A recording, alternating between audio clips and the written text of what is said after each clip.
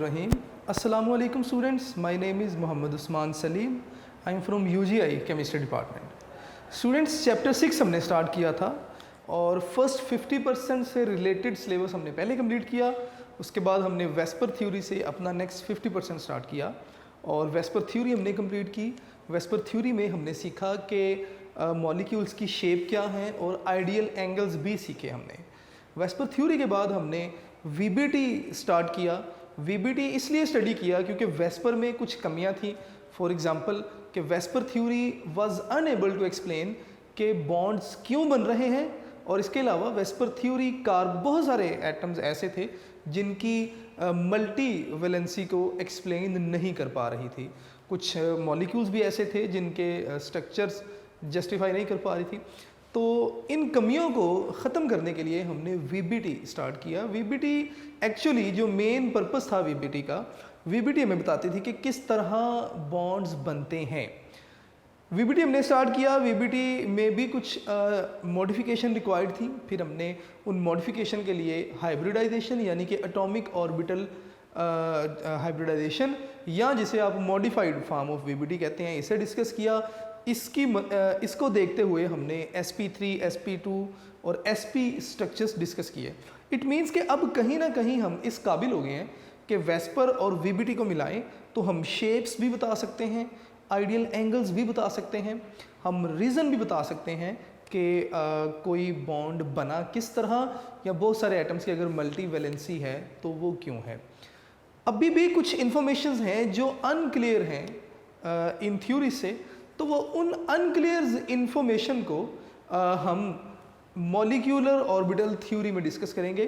For example कि अगर किसी मॉलिक्यूल में एटम्स के दरमियान बॉन्ड बना, कितने बॉन्ड बन रहे हैं, बॉन्ड ऑर्डर क्या होगा, बिहेवियर ऑफ द मॉलिक्यूल क्या होगा, पैरामैग्नेटिक होगा, डायामैग्नेटिक होगा, ये सारी चीज़ें हम मॉलिक्यूलर ऑर्बिटल थ्योरी से सीखेंगे। तो आइए स्टूडेंट्स, आज हम अपना मेन जो एरिया ऑफ स्टडी है मॉलिक्यूलर ऑर्बिटल थ्योरी, जिसे आप शॉर्ट फॉर्म में MOT भी कहते हैं, स्टार्ट करेंगे। मैं यहाँ पे लिख दूंगा जी MOT।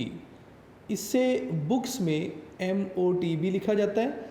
अगर आपको कोई स्ट्रक्चर पूछा जाए विद रिस्पेक्ट टू MOT तो इट डजंट मीन कि आप सोचेंगे हमने तो ये पढ़ा ही नहीं हुआ। तो स्टूडेंट्स, मॉलिक्यूलर ऑर्बिटल थ्योरी की बेस क्या है? कहते हैं जी कि एटॉमिक ऑर्बिटल्स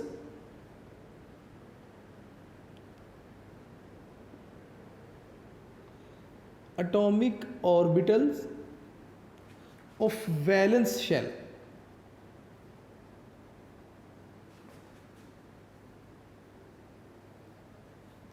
ओवरलैप, ये ओवरलैप करेंगे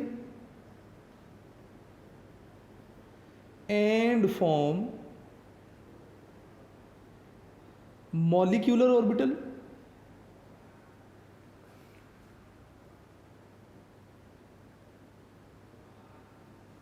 अब ये जो मॉलिक्यूलर ऑर्बिटल बनेंगे, आपको अपनी सारी की सारी रिक्वायर्ड इंफॉर्मेशन इन्हीं मॉलिक्यूलर ऑर्बिटल्स से मिलेगी। तो मैं यहाँ पे मॉलिक्यूलर ऑर्बिटल के बाद यहाँ पे लिख दूंगा कि which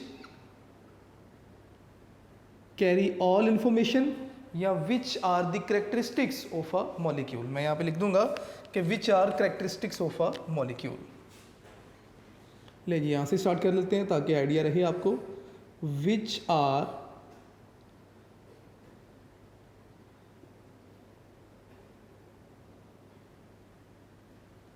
of a molecule. Characteristics मतलब मॉलिक्यूल की सारी खूबियाँ या इंफॉर्मेशन आपको मॉलिक्यूलर ऑर्बिटल से मिलेंगी। अब मैं थोड़ा सा जो है ये इस बेस को जस्टिफाई करके हम अपनी स्टडीज़ को फर्दर आगे स्टार्ट करेंगे। ले जी स्टूडेंट, स्टार्ट करते हैं अपनी नेक्स्ट बात को। उन्होंने कहा जी कि एटॉमिक ऑर्बिटल्स, कौन से atomic orbital of valence shell, दो एटम्स आपस में मिलने जा रहे हैं, इनके वैलेंस शेल ही बॉन्डिंग में पार्टिसिपेट करेंगे। तो वो ऑर्बिटल्स जिन्होंने ओवरलैप करना है वो क्या करेंगे? ओवरलैप करेंगे एंड फॉर्म और बना देंगे मॉलिक्यूलर ऑर्बिटल, और एटॉमिक ऑर्बिटल मिल के मॉलिक्यूलर ऑर्बिटल बना देंगे। सिर्फ वो वाले एटॉमिक ऑर्बिटल ओवरलैप करेंगे जिन्होंने बॉन्डिंग में पार्टिसिपेट करना है। ये चीज़ें बेटे आप साथ साथ याद रखेंगे, ठीक है। अब इस थ्योरी के कुछ पॉस्टुलेट्स हैं, उन पॉस्टुलेट्स को हम वन बाय वन डिस्कस करते जाएंगे। तो मैं हेडिंग दे दूंगा यहाँ पे पॉस्टुलेट्स की।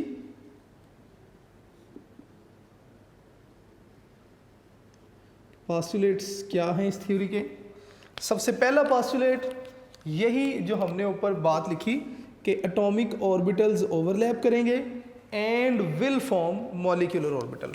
अब बेटा याद रखिएगा, एटॉमिक ऑर्बिटल के लिए मैं a.o लिखूंगा और मॉलिक्यूलर ऑर्बिटल के लिए मैं m.o लिखूंगा, क्योंकि बार बार ये वर्ड यूज़ होने हैं, हम अपना टाइम सेव करेंगे। तो मैं यहाँ पे लिखूंगा कि एटॉमिक ऑर्बिटल्स ओवरलैप, कौन से atomic orbitals?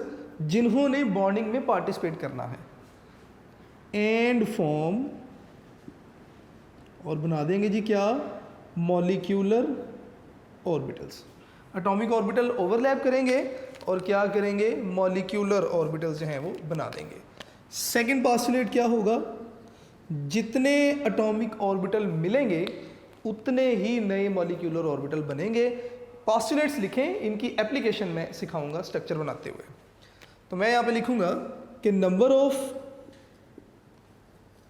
Atomic orbitals overlap, कि जितने एटॉमिक ऑर्बिटल मिले इज इक्वल टू उतने ही नए मॉलिक्यूलर ऑर्बिटल बनेंगे। मॉलिक्यूलर ऑर्बिटल्स फॉर्म, कि जितने एटॉमिक ऑर्बिटल मिले उतने ही मॉलिक्यूलर ऑर्बिटल बन जाएंगे। नेक्स्ट पॉस्टुलेट बेटा इसका क्या होगा?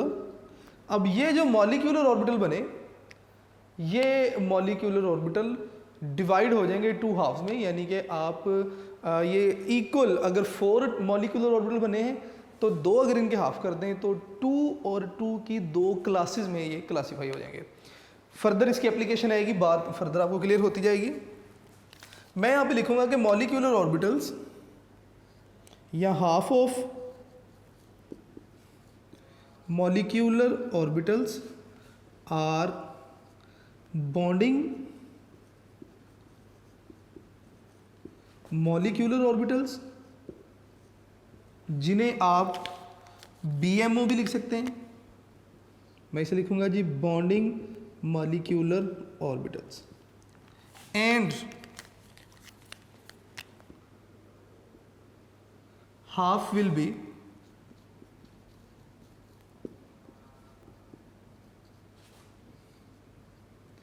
एंटी बॉन्डिंग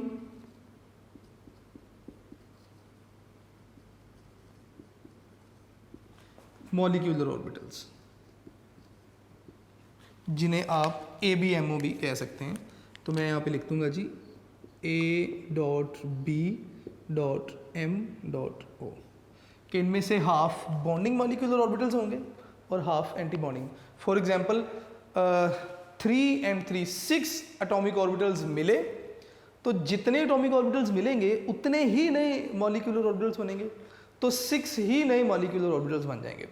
अब ये जो 6 मॉलिक्यूलर ऑर्बिटल्स बने, इनके अगर आप 2 हाफ्स कर दें तो 3 and 3, यानी कि 3 मॉलिक्यूलर ऑर्बिटल ऐसे होंगे जो कि बॉन्डिंग मॉलिक्यूलर ऑर्बिटल्स होंगे और 3 ऑर्बिटल्स को आप एंटी बॉन्डिंग मॉलिक्यूलर ऑर्बिटल्स का नाम देंगे। अब ये जो बॉन्डिंग मॉलिक्यूलर ऑर्बिटल्स हैं, इनकी वजह से बॉन्ड बनता है और एंटी बॉन्डिंग मॉलिक्यूलर ऑर्बिटल्स का बॉन्डिंग में कोई पार्टिसिपेशन नहीं है। ठीक है, ये बातें आपने याद रखनी है। फर्दर हमें इनकी थ्योरी की ज़रूरत नहीं है, फिलहाल इतनी बात आप याद रखेंगे। नेक्स्ट आगे चलते हैं बेटे। अब ओवरलैप 2 तरह की है, हेड टू हेड ओवरलैप है और साइड वाइज ओवरलैपिंग भी है। अगर हेड टू हेड ओवरलैपिंग होती है तो नेक्स्ट हम क्या लिखेंगे जी कि if head to head overlap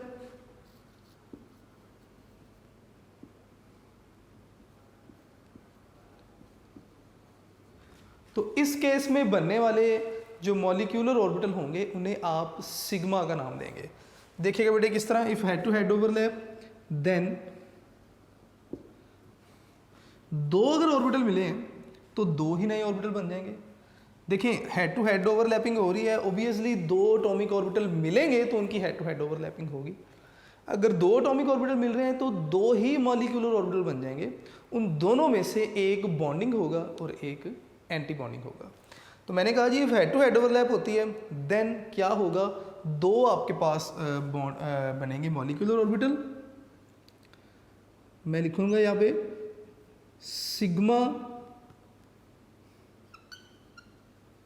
is bonding molecular orbital, या मैं इसे लिख दूंगा जी simply sigma is BMO, and जो एंटी बॉन्डिंग होगा उसके हेड पे आप स्टार का निशान लगा देंगे। बस मैं यहाँ पे लिखूंगा जी सिग्मा स्टार, मैं कलर चेंज कर देता हूँ ताकि आपको बता रहे ये स्टार मार्क है। Sigma star is anti bonding molecular orbital, यहाँ पे मैं लिख दूंगा जी ABMO। अगर हेड टू हेड ओवरलैपिंग हो रही है तो सिग्मा बॉन्ड ही बनेगा। सिग्मा दो ऑर्बिटल्स मिल रहे हैं तो दो नए मॉलिक्यूलर ऑर्बिटल बनेंगे, इनमें एक बॉन्डिंग होगा और एक एंटी बॉन्डिंग होगा। बेटे ये वही इन्फॉर्मेशन है कि एटॉमिक ऑर्बिटल मिलेंगे और मॉलिक्यूलर ऑर्बिटल बनेंगे। इन मॉलिक्यूलर ऑर्बिटल में हाफ जो है वो BMO और हाफ ABMO। तो अगर दो ऑर्बिटल्स मिल रहे हैं तो सिग्मा अगर ओवरलैपिंग हो रही है यानी कि हेड टू हेड ओवरलैपिंग, तो एक हाफ जो है वो यानी कि एक ऑर्बिटल मॉलिक्यूलर ऑर्बिटल सिग्मा होगा यानी कि बॉन्डिंग, और दूसरा सिग्मा स्टार यानी कि एंटी बॉन्डिंग। ये था हेड टू हेड ओवरलैपिंग के लिए। अगर साइड वाइज ओवरलैपिंग होती है, मैं यहाँ पे लिख दूंगा कि इफ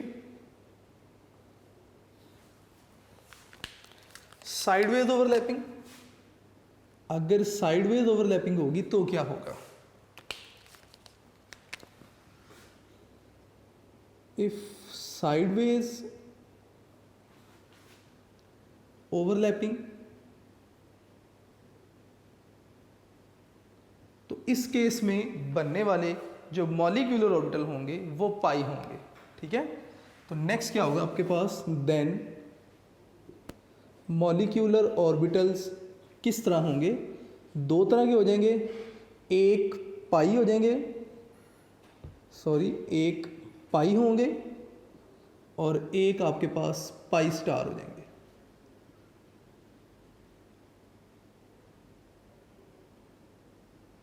एक आपके पास पाई और एक पाई स्टार। जो पाई है ये BMO है यानी कि इनकी वजह से बॉन्ड बनेगा, और जो पाई स्टार हैं वो ABMO है यानी कि इनकी वजह से बॉन्ड नहीं बनेगा। अब बेटे नेक्स्ट आपने इसका जो पॉस्टुलेट लिखना है दैट इज मॉलिक्यूलर ऑर्बिटल तो बन गए, अब इनमें इलेक्ट्रॉन्स की फिलिंग करनी है। फॉर इलेक्ट्रॉनिक कॉन्फ़िगरेशन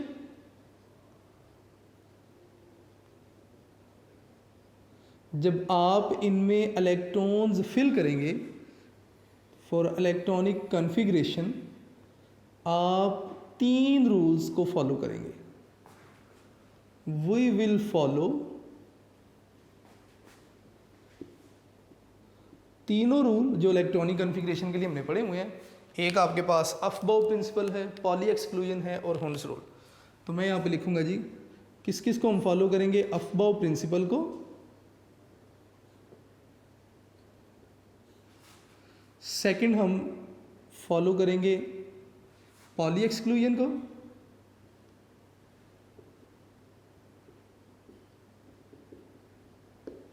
और थर्ड हम फॉलो करेंगे हुंड्स रूल को। इन तीनों रूल्स को हम फॉलो करेंगे।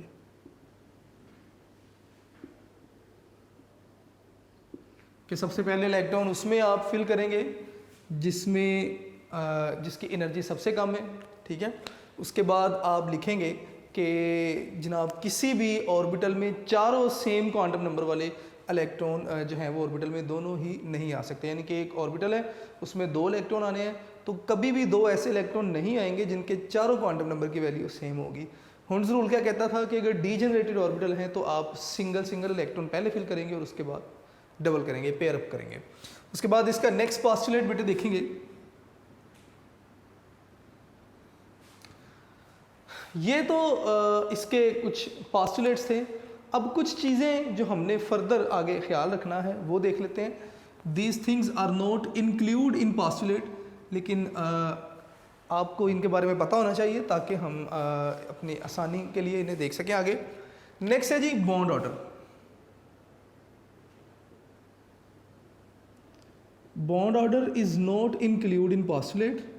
दीज आर सम हेडिंग्स जो हमें पता होनी चाहिए। बॉन्ड ऑर्डर क्या है, मैं यहाँ पे लिखूँगा कि number of bonds formed, number of bonds formed, कि अगर दो एटम मिलते हैं उनके दरमियान कितने बॉन्ड बने, it will called bond order. यानी कि दो एटम मिले उनके दरमियान अगर एक बॉन्ड बना तो सिंगल बॉन्ड है, बॉन्ड ऑर्डर 1। अगर दो एटम्स के दरमियान डबल बॉन्ड बन गया तो बॉन्ड ऑर्डर 2 है। अगर दो एटम्स के दरमियान ट्रिपल बॉन्ड बना तो बॉन्ड ऑर्डर विल बी 3। तो नंबर ऑफ बॉन्ड फॉर्म्ड, और इसका फार्मूला है आपके पास कि बॉन्ड ऑर्डर आपके पास इक्वल होगा number of electrons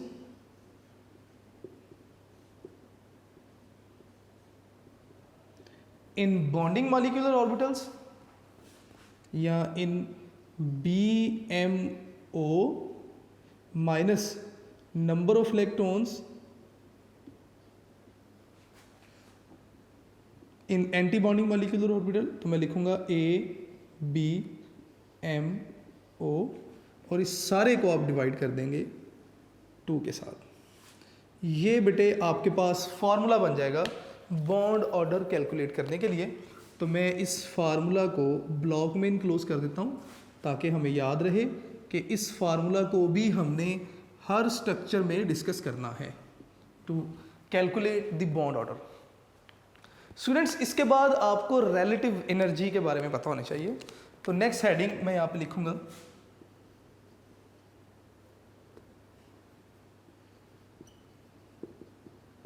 relative energy,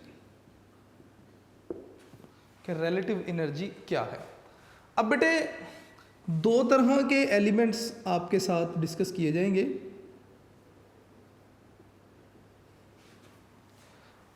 एक एलिमेंट ऐसे हैं जिनकी एनर्जी लो है और एक एलिमेंट ऐसे हैं जिनकी एनर्जी हाई है।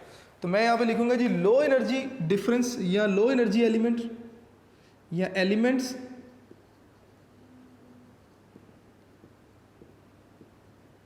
विद लो एनर्जी डिफरेंस, और दूसरा आपके पास आ जाएगा जी elements with high energy difference.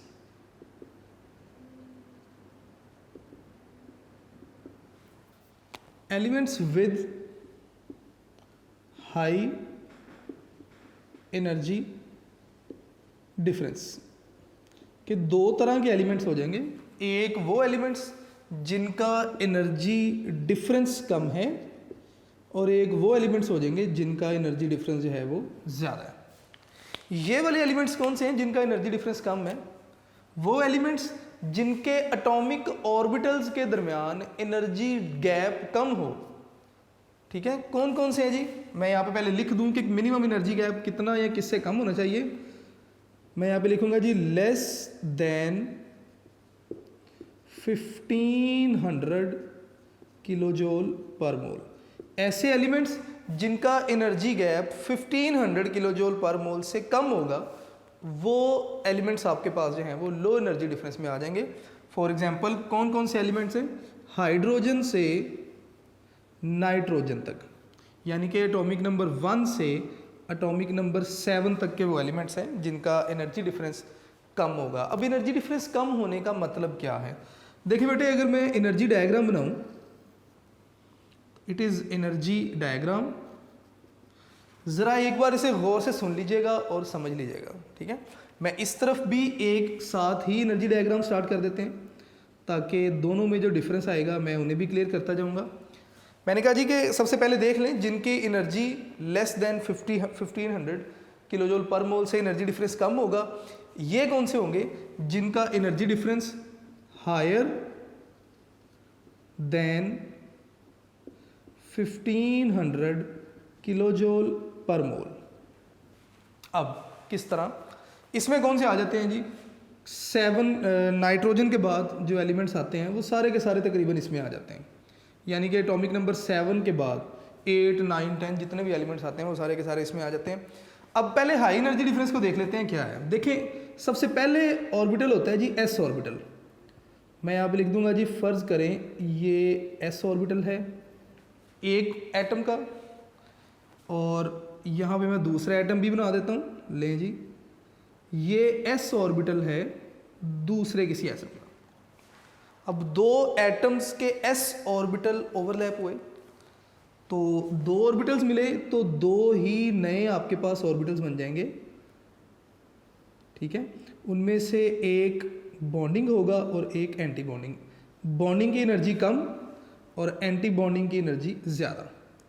ये एस ऑर्बिटल था, मैं इसे नाम दे सकता हूँ जी sigma.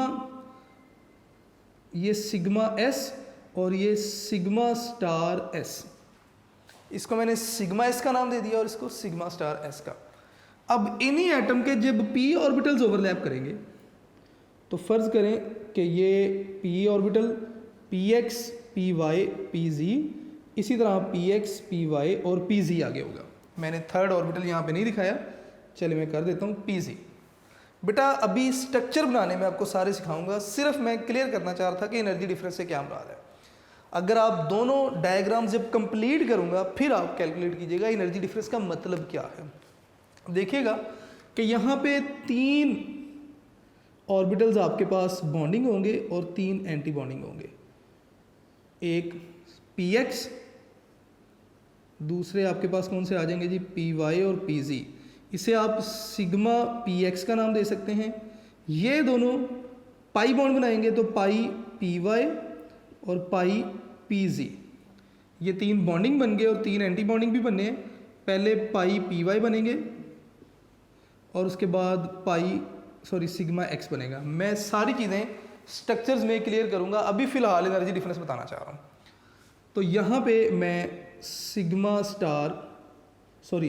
Sigma P x star, क्योंकि ये एंटी बॉन्डिंग है और ये दोनों भी एंटी बॉन्डिंग है, तो पाई स्टार पी वाई और पाई स्टार पी जी। अब अगर आप देखें तो ये पी एक्स है और ये नीचे वाले ऑर्बिटल का एस ऑर्बिटल है, नीचे वाली शेल का।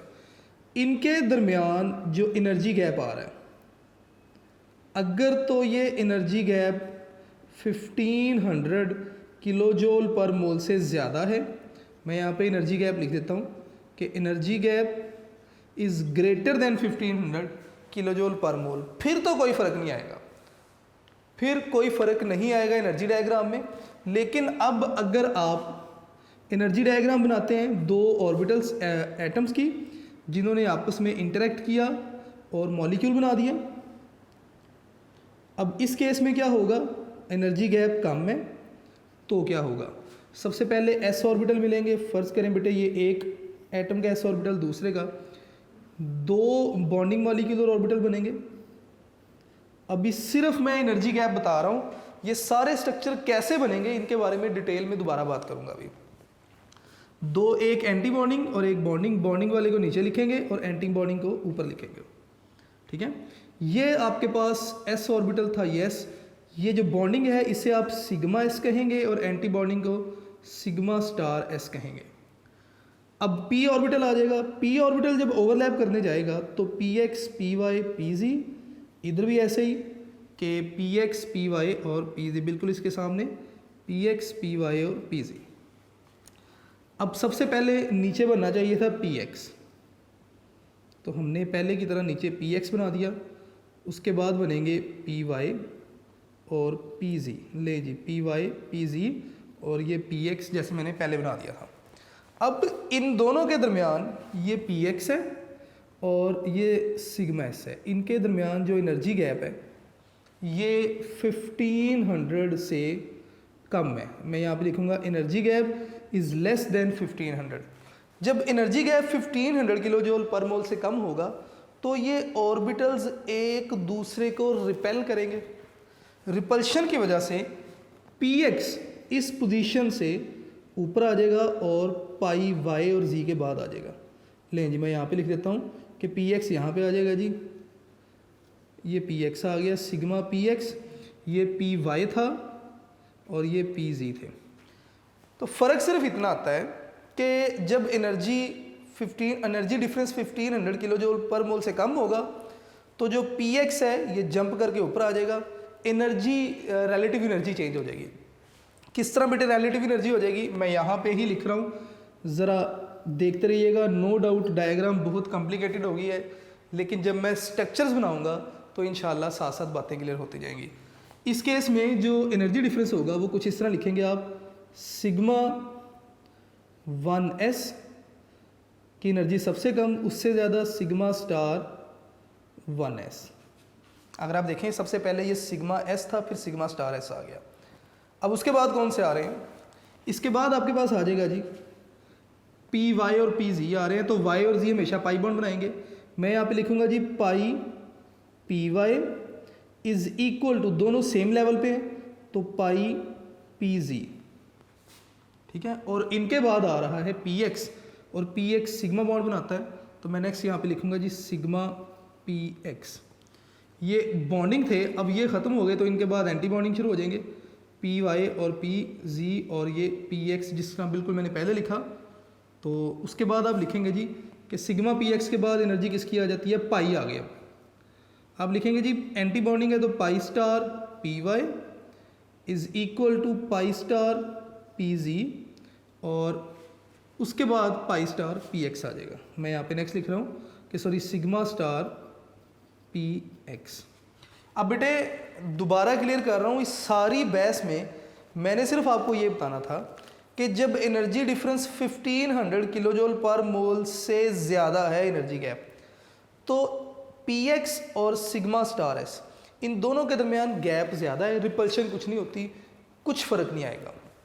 लेकिन अगर एनर्जी डिफरेंस 1500 से कम हो गया तो इसका मतलब कि यहाँ पे जो Px होना था, जिस तरह यहाँ पे Px है, तो यहाँ पे जो Px होना था उसकी और सिग्मा स्टार एस की रिपल्शन होगी, और रिपल्शन की वजह से Px जंप करके ऊपर चला जाएगा Py और Pz से।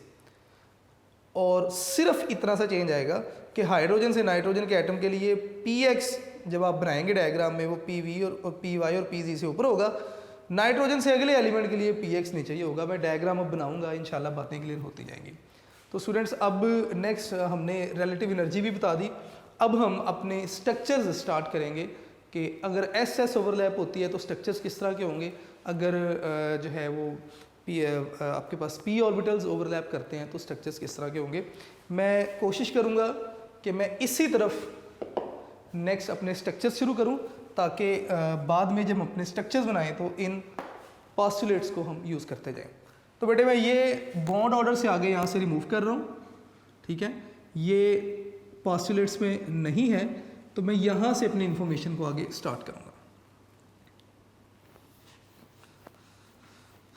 अब ओवरलैपिंग को हम देखेंगे, एस एस ऑर्बिटल भी मिल सकते हैं, पी पी ऑर्बिटल भी मिल सकते हैं। एस एस ऑर्बिटल जब भी मिलेंगे तो पाई बॉन्ड सिग्मा बॉन्ड बनेगा, पी ऑर्बिटल जब भी मिलेंगे तो सिग्मा बॉन्ड भी बन सकता है और पाई बॉन्ड भी। हम दोनों पॉसिबिलिटीज़ को देखेंगे साथ साथ। ओवरलैपिंग देखेंगे जी अब हम, अगर एस एस ओवरलैपिंग होती है तो क्या होगा, तो आप यहाँ पे लिखेंगे G S S overlapping. S S overlapping इस तरह होगी कि दो, अच्छा जब भी आप एमओटी के लिहाज से स्ट्रक्चर बनाने जाएंगे तो आप एक एनर्जी डायग्राम बनाएंगे। आप करेंगे क्या, आप एक वर्टिकली लाइन ड्रा करेंगे, आप कहेंगे जी कि एनर्जी अपवर्ड क्या हो रही है जी, इंक्रीज़ हो रही है। जैसे जैसे आप ऊपर जाएंगे एनर्जी इंक्रीज़ होती जाएगी, ठीक है।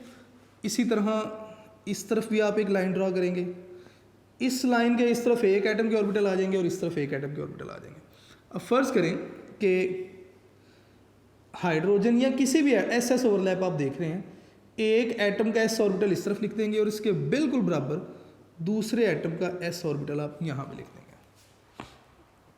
अब ये एस ऑर्बिटल्स मिलेंगे, आपस में मिलेंगे, ओवरलैप करेंगे, दो ऑर्बिटल मिले तो दो ही नए ऑर्बिटल्स बन जाएंगे, एक बॉन्डिंग होंगे और एक एंटी बॉन्डिंग होंगे।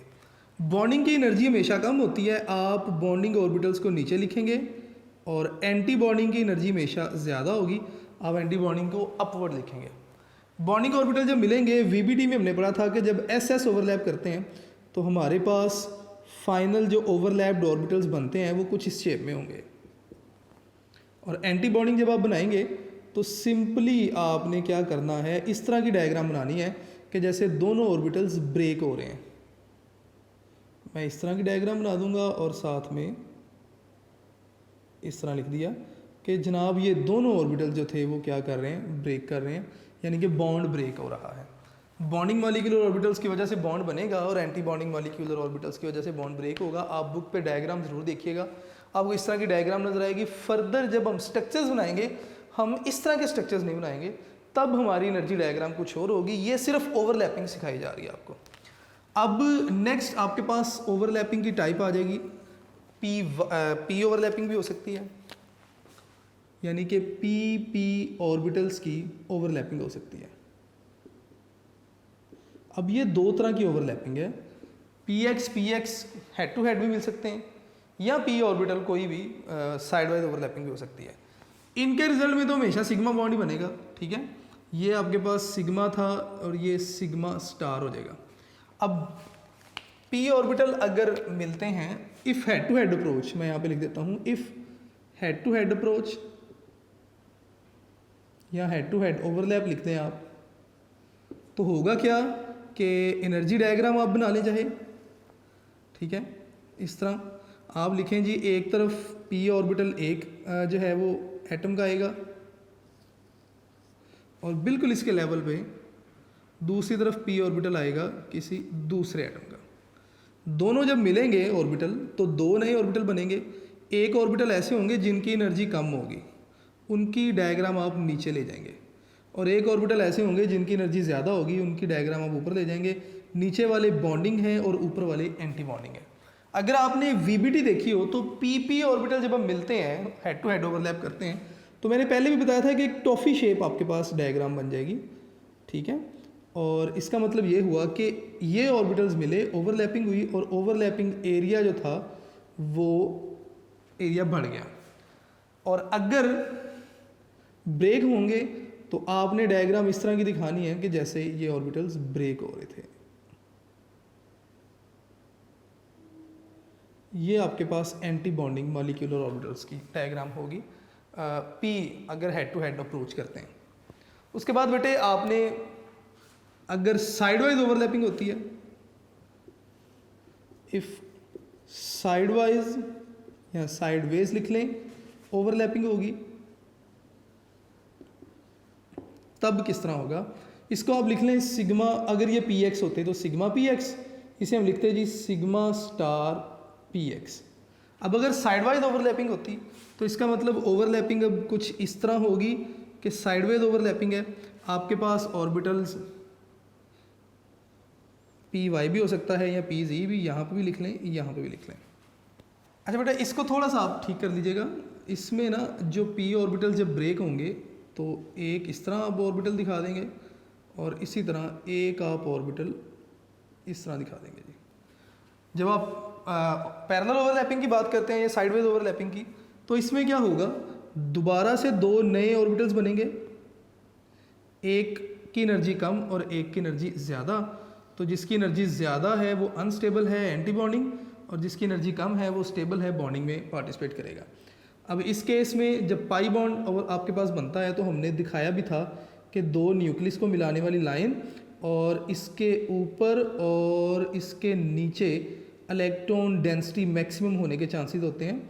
Electron density is maximum above and below the line joining the nuclei. यहाँ पे आप शो कर देंगे, ये आपके पास पाई पी वाई या पाई पी जी भी हो सकता है, और एंटी बॉन्डिंग के केस में आपने इनके ऑर्बिटल्स ब्रेक होते हुए दिखा देने हैं। ले जी, तो ये पाई स्टार पी वाई या पाई स्टार पी जी हो जाएगा जी। ठीक हो गया। अब थोड़ी सी ना इंफॉर्मेशन यहाँ पे कॉम्प्लिकेशन सी आ गई थी, मैं पूरे लेक्चर को दोबारा से रिवाइज कर देता हूँ। मैंने आपसे कहा जी कि एटॉमिक ऑर्बिटल मिलेंगे, मॉलिक्यूलर ऑर्बिटल बनेंगे, और मॉलिक्यूलर ऑर्बिटल ही मॉलिक्यूल की इंफॉर्मेशन को बताएंगे। पॉस्टुलेट मैंने कहा जी एटॉमिक ऑर्बिटल ओवरलैप करके मॉलिक्यूलर ऑर्बिटल बनाएंगे। जितने एटॉमिक ऑर्बिटल मिलेंगे उतने ही आपके पास मॉलिक्यूलर ऑर्बिटल्स बन जाएंगे। मॉलिक्यूलर ऑर्बिटल जब बनेंगे इनमें से आधे बॉन्डिंग मॉलिक्यूलर ऑर्बिटल होंगे और आधे एंटी बॉन्डिंग मॉलिक्यूलर होंगे। अब ये किस तरह है, फॉर एग्जांपल कि मैं यहाँ पे बेटे डायग्राम से बना रहा हूँ, ज़रा देखते रहिएगा।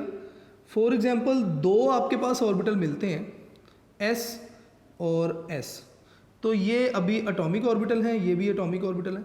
जब ये मिलेंगे तो दो तरह के आपके पास ऑर्बिटल्स बनेंगे, उन्हें आप मॉलिक्यूलर ऑर्बिटल का नाम देंगे।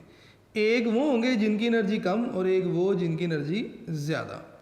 जिनकी एनर्जी कम है वो BMO है और जिनकी एनर्जी ज़्यादा वो एंटी बॉन्डिंग मॉलिक्यूलर ऑर्बिटल। मैं यहाँ पे लिख भी देता हूँ कि लो एनर्जी और इनकी हाई एनर्जी, एक की एनर्जी लो और एक की एनर्जी हाई, तो आधे बॉन्डिंग और आधे एंटी बॉन्डिंग। अगर हेड टू हेड ओवरलैपिंग होती है तो जो बॉन्डिंग है उन्हें आप सिग्मा कहेंगे और एंटी बॉन्डिंग को सिग्मा स्टार का नाम देंगे। और अगर साइडवेज ओवरलैपिंग होती है तो बॉन्डिंग को आप, मैं इसको भी ज़रा चेंज कर दूं, आप एंटी बॉन्डिंग को ऊपर बनाए बेटे और बॉन्डिंग को नीचे बनाएंगे। तो यहाँ पे हम पाई स्टार को एंटी बॉन्डिंग कह देते हैं, ठीक है। तो जो बॉन्डिंग है वो पाई है और जो एंटी बॉन्डिंग है वो पाई स्टार है। उसके बाद मैंने लिखा जी कि इलेक्ट्रॉनिक कन्फिग्रेशन, यानी कि इन ऑर्बिटल्स में जब आप इलेक्ट्रॉन फिल करेंगे तो आप रूल फॉलो करेंगे, ये तीनों, अफबाउ भी, पॉली एक्सक्लूजन भी और होल्म्स रूल भी। उसके बाद बेटे मैंने बॉन्ड ऑर्डर बताया। बॉन्ड ऑर्डर क्या है, जितने बॉन्ड बनेंगे वो बॉन्ड ऑर्डर है। अगर दो एटम के दरमियान सिंगल बॉन्ड तो बॉन्ड ऑर्डर 1, डबल बॉन्ड तो बॉन्ड ऑर्डर 2, अगर ट्रिपल बॉन्ड तो bond order 3। Bond order calculate कैसे करेंगे, मैंने फार्मूला लिखवाया आपको कि bond order equal to number of electron in bonding molecular orbital minus number of electron in anti bonding molecular orbital divided by 2। उसके बाद बेटे मैंने रिलेटिव एनर्जी की बात की। मैंने कहा दो तरह के एलिमेंट्स हैं, एक वो जिनके ऑर्बिटल्स में एनर्जी गैप कम होगा और एक वो जिनके ऑर्बिटल्स में एनर्जी गैप ज़्यादा है। जिनके ऑर्बिटल्स में एनर्जी गैप कम है वो हाइड्रोजन से नाइट्रोजन तक है, यानी कि उनका s ऑर्बिटल और p ऑर्बिटल एक दूसरे के करीब है। तो होता क्या है कि रिपल्शन की वजह से p ऑर्बिटल एक स्टेप ऊपर चला जाता है, ठीक है। मैं स्ट्रक्चर्स बनाऊंगा तब आपको क्लियर भी होता जाएगा साथ साथ।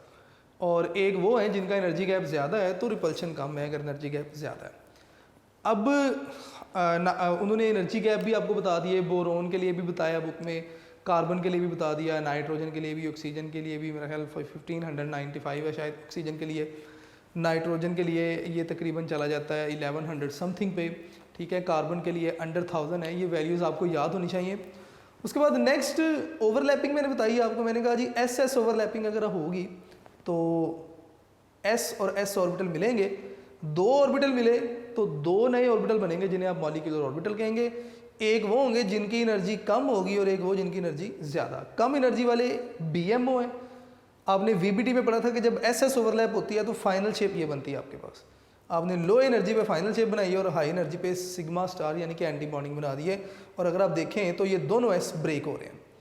उसके बाद P की बात हमने की, मैंने कहा जी कि हेड टू हेड ओवरलैप भी हो सकती है। अगर आप देखें हेड टू हेड ओवरलैप हो रही है, इनके मिलने से जो ओवरलैपिंग से जो फाइनल रिजल्ट बन रहा है, ये VBT में भी हमने पढ़ा था कि PX मिलते हैं तो टॉफी शेप आपके पास बन जाती है।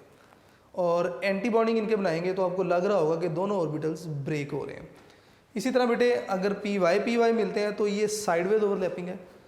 ये जब मिलेंगे तो bonding molecular orbital low energy, आपने वही VBT वाली ओवरलैपिंग शेप यहाँ पे बना दी और एंटी बॉन्डिंग के लिए मैंने शेप आपको दिखा दी। तो स्टूडेंट ये कुछ इन्फॉर्मेशन थी जो आपको पता होनी चाहिए। अब हम नेक्स्ट आगे स्ट्रक्चर स्टार्ट करेंगे कुछ डायटोमिक मॉलिक्यूल्स के लिए। तो स्टूडेंट्स ये पॉस्टुलेट्स थे और कुछ एक्स्ट्रा इन्फॉर्मेशन थी। नेक्स्ट लेक्चर में हम स्ट्रक्चर्स को डिस्कस करेंगे with respect to molecular orbital theory. तो बेटा मेरी कोशिश होगी कि जो पॉस्टुलेट्स हैं इन्हें रिमूव नहीं किया जाए, ठीक है, और ताकि हम अपने स्ट्रक्चर्स जब बनाएं तो पॉस्टुलेट्स को देखते हुए स्ट्रक्चर बनाएं। बाकी ये हमारा आज का लेक्चर था। आपने बुक को अगर आप देखेंगे तो ज़रा मिक्स्ड फॉर्म में आपको डाटा मिलेगा। आपने अपने लेक्चर नोट्स बनाने हैं, पॉस्टुलेट्स को पॉइंट वाइज लिखेंगे आप, ठीक है। जो इन्फॉर्मेशन मैंने आपको हेडिंग वाइज बताई है आप उन्हें बाय हेडिंग लिखेंगे, और इंशाल्लाह नेक्स्ट लेक्चर में हम स्ट्रक्चर्स वगैरह को भी डिस्कस करेंगे। तो बेटे अपना ख्याल रखिएगा और लेक्चर नोट्स ज़रूर बनाइएगा। थैंक यू बेटे, अल्लाह हाफिज़।